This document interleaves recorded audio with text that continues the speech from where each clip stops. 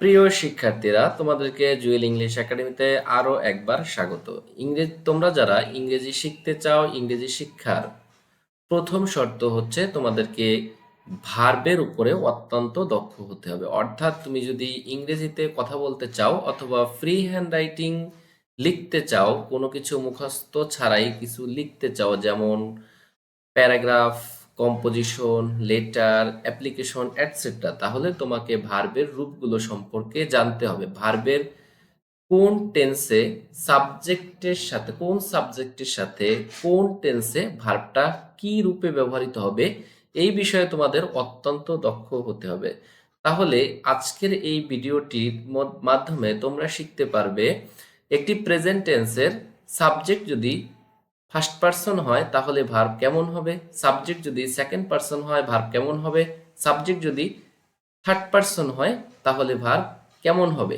ঠিক একইভাবে তোমরা জানতে পারবে একটি সেন্টেন্স যখন প্রেজেন্ট কন্টিনিউয়াস টেন্সে হয় তখন তার ভার্বের ফর্মটা কেমন হয়। একই সাথে তোমরা জানতে পারবে একটি সেন্টেন্স যদি পাস্ট টেন্স হয় কিংবা পাস্ট পারফেক্ট টেন্স হয় কিংবা অন্য যে কোনো টেন্সে হয় তাহলে ভার্বটা কি রূপে থাকবে সেইগুলো এই ভিডিওর মাধ্যমে জানতে পারবে। তাহলে এই ভিডিওতে আমরা 5টি অত্যন্ত গুরুত্বপূর্ণ ভার্ব রেখেছি, যেই ভার্বগুলো তোমার অবশ্যই জানা উচিত।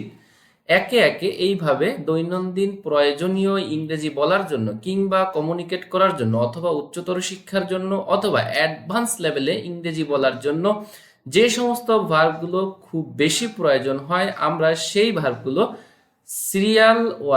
সিরিজ আকারে ভিডিওতে প্রকাশ করব। তাহলে কনজুগেশন অফ ভার্বের প্রথম ভিডিওতে 5টি ভার্ব শিখে নাও খুব তাড়াতাড়ি, খুব সহজে। প্রথমে যে ভার্বটি রয়েছে সে ভার্বটি হচ্ছে অত্যন্ত পরিচিত একটি ভার্বটি হচ্ছে গো। গো ভার্বের অর্থ হচ্ছে যাওয়া। এই ভার্বটি যখন আইএনজি ফর্মে থাকে তখন এর রূপটা হয় GOING, গোয়িং। যদি প্রেজেন্ট ইনডিফিনিট টেন্সে subject third person singular number হয় তখন এই ভার্বটি হয়ে যায় গোজ। একইভাবে গো ভার্বের পাস্ট ফর্ম হচ্ছে ওয়েন্ট, পাস্ট পার্টিসিপল ফর্ম হচ্ছে গন। 2 নম্বরে যে ভার্বটি রয়েছে সেটি হচ্ছে খাম। খাম অর্থ হচ্ছে আসা। এটি যখন আইএনজি ফর্মে থাকে তখন এর রূপটি হয় COMING, কামিং। যখন subject third person singular number হয় প্রেজেন্ট টেন্সের সাথে এর এস ফর্ম হচ্ছে খামস। পাস্ট টেন্সে হবে কেম এবং পাস্ট পার্টিসিপল ফর্মে হবে কাম। তো আসো কাম ভার্বটি ব্যবহার করে আমরা একটি বাক্য শিখে নিই। I come home before sunset. I come home before sunset, আমি সূর্যাস্তের পূর্বে বাড়িতে ফিরি। 3 নম্বরে যে ভার্বটি রয়েছে সেটি আমাদের প্রতিদিন প্রয়োজন হয়, সে ভার্বটি হচ্ছে ইট। ইট অর্থ হচ্ছে খাওয়া। এর আইএনজি ফর্ম হবে ইটিং, EATING, ইটিং। এর থার্ড পারসন সিঙ্গুলার নাম্বার হবে ইটস। পাস্ট ফর্ম হবে অ্যাট, পাস্ট পার্টিসিপল ফর্ম হবে ইটেন। সো আসো আমরা ইট দিয়ে একটি বাক্য রচনা করি। I eat rice daily. I eat rice daily. I eat rice daily, আমি প্রতিদিন ভাত খাই।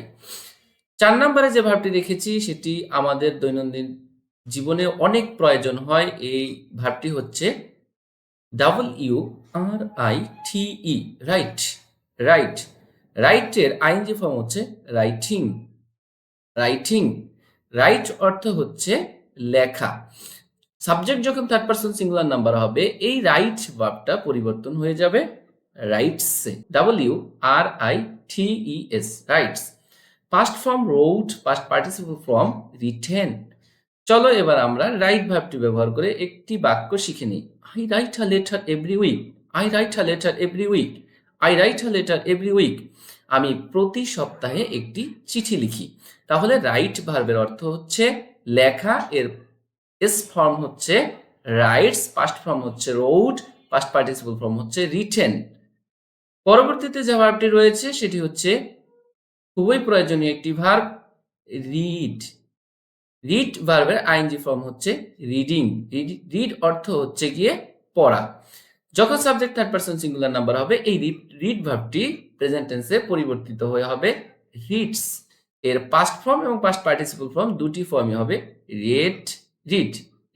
ফার্স্টে আমরা উচ্চারণ করব রেড এবং পাস্ট পার্টিসিপল ফর্মে এটা রিড হবে, রিড, রেড, রেড। চলো আমরা রিড দিয়ে একটি বাক্য রচনা করি। I read English books. I read English books. আমি ইংরেজি বই পড়ি। তাহলে আজকের এই ছোট্ট ভিডিওটির মাধ্যমে অত্যন্ত গুরুত্বপূর্ণ 5টি ভার্বের আইএনজি ফর্ম, 5টি ভার্বের অর্থ, 5টি ভার্বের third person singular number form, 5টি ভার্বের পাস্ট পার্টিসিপল ফর্ম এবং 5টি ভার্বের পাস্ট ফর্ম এবং পাস্ট পার্টিসিপল ফর্ম তোমরা শিখলে, এর সাথে কিছু উদাহরণে শিখলে। পরবর্তী ভিডিওতে থাকবে conjugation of verb with examples day 2 তে 6 থেকে 12 নম্বর অর্থাৎ 6 to 12 আরো 5টি ভার্ব আগামী ভিডিওতে থাকবে। পরবর্তী ভিডিওর অপেক্ষায় থাকো, এই ভিডিওটি মনোযোগ দিয়ে দেখতে থাকো। তোমাদের এই ক্লাসটি ভালো লাগলে জুয়েল ইংলিশ একাডেমি এই চ্যানেলটি সাবস্ক্রাইব করে রাখো পরবর্তী ভিডিও পেতে, এবং নোটিফিকেশন চালু রাখো। আমরা এই চ্যানেলে এখন থেকে নিয়মিত প্রতিটি গ্রামারের প্রত্যেকটি বিষয় আমরা বিস্তারিত আপলোড করব। সো ভালো থাকো, আল্লাহ হাফেজ।